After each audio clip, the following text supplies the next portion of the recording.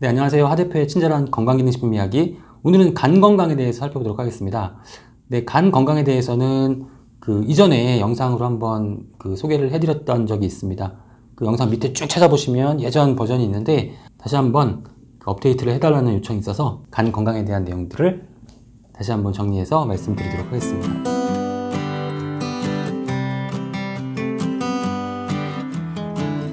간 질환이라고 하면 간은 침묵의 장기이기 때문에 어떤 이상이 발생했을 때 우리가 자각 증상을 느끼기가 어려워서 상당히 질병이 악화된 다음에 우리가 발견하는 경우가 많습니다. 그렇기 때문에 간 건강 관리가 상당히 중요하다고 하는 거고요. 네, 이 간 질환 같은 경우에는 이제 가장 첫 번째 단계가 지방간이라고 할 수 있는데, 이 지방간은 우리나라 국민들에게 상당히 많이 존재합니다.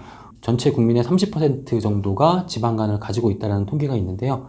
이 지방간의 경우에는 다른 심각한 간 질환으로 이완될 수 있습니다. 지방 간염이라든가 간경화, 간암까지도 진행될 수 있습니다. 그런데 이제 지방간은 우리가 술을 많이 드셔서 생기는 그런 알코올성 지방간이 있고, 어떤 지방의 과잉 섭취로 인한 비알코올성 지방간이 있는데, 지금 현재 추세로 보면 알코올성 지방간은 감소를 하고 있고 비알코올성 지방간이 증가를 하고 있기 때문에 우리가 현대인들의 그런 지방 과잉 섭취가 간 건강에 나쁜 영향을 미치고 있는 것으로 추측을 하고 있습니다. 지방간으로 이제 진료를 받은 그런 환자 수 추이를 보면 남녀 공이 지금 현재 크게 증가하고 있는 그런 추세를 보이고 있습니다.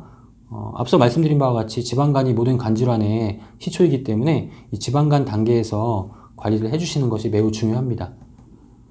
네, 간 기능 관련해서 여러 가지 그런 간 손상이 발생하는 원인들, 대표적인 원인들에는 비알코올성 간 손상, 영양 과잉으로 인한 간 내 지방 축적이 증가하면서 나타나게 되고요.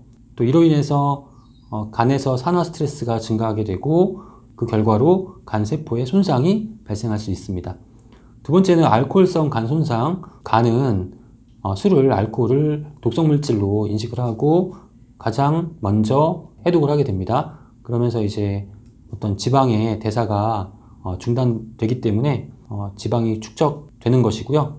그리고 염증 반응이 또 증가할 수도 있습니다. 외부의 침입 물질, 바이러스라든가 각종 세균, 또 환경 호르몬, 또 이러한 독소들에 의해서 간이 손상을 받을 수가 있습니다.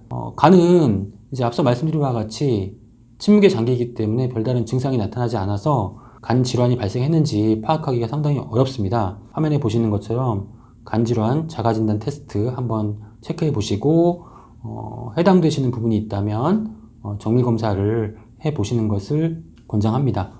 술을 드시게 되면은 알코올이 숙취를 유발시키는 독성 물질 아세트알데히드로 바뀌죠. 이 아세트알데히드를 우리 몸의 효소가 분해를 시켜서 아세트산으로 변환시켜서 우리 몸 밖으로 배출을 시키게 되는 과정을 거치게 되는데, 이 아세트알데히드가 남아있는 시간이 길면 간에 무리가 계속 가고 있는 거고요. 또 숙취가 해소가 잘 되지 않습니다. 그래서 이제 이러한 아세트알데히드를 빨리빨리 분해를 해야 되는데, 여기서 도움이 될 만한 영양소가 비타민 B군을 충분히 보충해 주시면 이 아세트알데히드를 숙취 원인 물질, 독성 물질을 신속히 해소하는데 도움이 된다고 말씀을 드릴 수가 있습니다. 네, 지금 보시는 화면은 탄수화물 이제 밥이나 빵이나 면 같은 그런 식품에 탄수화물이 많죠.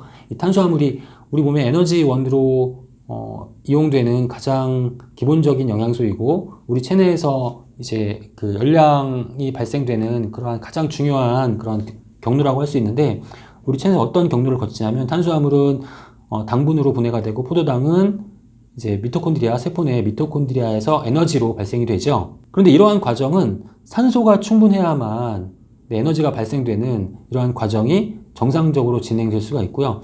만약에 급격한 강도 높은 운동을 했다, 그럼 이제 산소가 부족한 상태가 되고요. 이 산소가 부족한 상태가 되면 이 과정에서 피루부산이 젖산 발효를 하게 됩니다. 젖산으로 이제 변환이 되는 그러한 경로를 거치게 돼서 체내 근육에 젖산이 쌓이게 되면 근육의 피로감이나 통증을 유발시키게 되는 거죠. 또 한 가지 경로는 이 피루부산이 이제 아세트알데히드로 바뀌고, 아세트알데히드가 에탄올로 전환되는 이러한 알코올 발효가 있습니다. 그런데 이 알코올 발효는 사람에게 나타나지 않죠. 사람에게 나타난다면, 사람에게 만약에 이런 알코올 발효가 나타난다면, 네, 우리가 그냥 탄수화물 밥을 먹으면 술이 취하게 되는 그런 결과가 나타나겠죠. 그래서 이러한 반응은 우리 체내에서 나타나지 않고 일부 이제 세균이나 바이러스, 우리가 잘 아는 효모가 이런 알코올 발효를 하게 되는 거예요. 세균들이 생성된 알코올을 우리는 거꾸로 알코올을 섭취해서 반대 방향으로 이렇게 대사를 하게 된다는 것이 참 재미있습니다. 신경 조직이 간 피막에만 존재하기 때문에 문제 발생 시 우리가 통증을 느끼지 못한다는 것이고, 간이 크게 손상을 입었을 때에만 뻐근한 느낌, 이 정도만 우리가 인지할 수 있다. 또 간은 장기간에 걸쳐서 손상되기 때문에 회복이 어렵고요. 여러 가지 다양한 그런 증상들이 나타났을 때에는 이미 간 질환이 상당히 악화되었을 때다. 간 건강 검사는 우리가 보통 1년에 한 번 검진을 받는데, 간 같은 경우에는 6개월에 한 번 정도씩 이렇게 한번 건강 상태를 체크해 보실 것을 권장을 드립니다. 우리가 간에 문제가 생겼을 때에는 여러 가지 신체에 그런 변화가 나타나게 되는데, 가장 대표적으로는 간 효소가 증가하게 되는 거죠. 간 효소가 증가하면 왜 나쁠까요? 근데 간 효소는 간 세포 내에 존재해야 되는데, 간 세포가 파괴되면 혈중에서 검출이 되는 거예요. 그래서 혈액 검사를 했을 때 간 효소 수치가 높게 나온다. 그러면 간 세포가 많이 파괴되었다라고 판단하게 되는 거고요.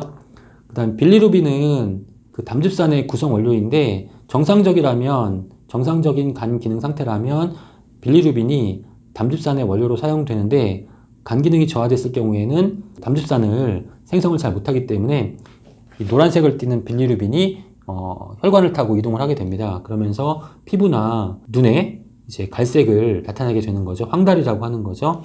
그리고 이제 빌리루빈 농도가 증가하게 되면 간 기능이 저하됐다고 판단하게 되고요.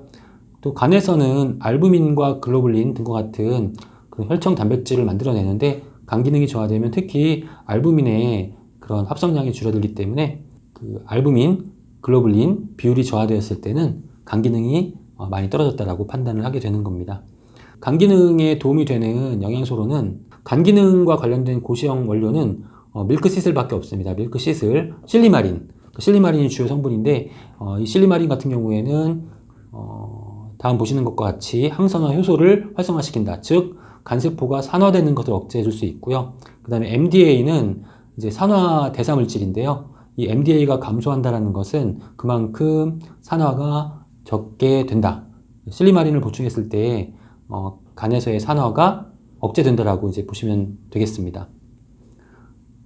네, 그리고 역시 우리가 정상인에게 알코올을 투여했을 때 당연히 이제 그 간세포가 산화되면서 산화 대사 산물인 지질과산화물이 증가하게 되는데, 실리마린을 투여했을 때 이러한 산화 대사 산물이 감소했다. 즉 산화가 억제된다는 의미이고요. 알코올에 의해서 증가된 간세포가 파괴돼서 이 간세포 내에 있는 이 효소가 혈액중으로 흘러나와서 우리가 혈액을 검사했을 때 급격하게 증가한 이러한 간 효소 수치, 간 수치가 실리마린을 투여했을 때 감소했다. 간 수치가 감소했다는 것은 결국 간세포가 회복이 되었다는 것을 의미하겠죠. 네, 이러한 간세포 건강에 도움이 된다고 하는 결과들은 상당히 많이 나와 있습니다. 네, 그 밖에 실리마린이 간세포를 재생시켜준다는 결과, 또 유해물질이 간세포에 침투하는 것을 억제해준다. 그 다음에 항섬유화 기능, 간이 섬유화, 딱딱해진다는 거죠.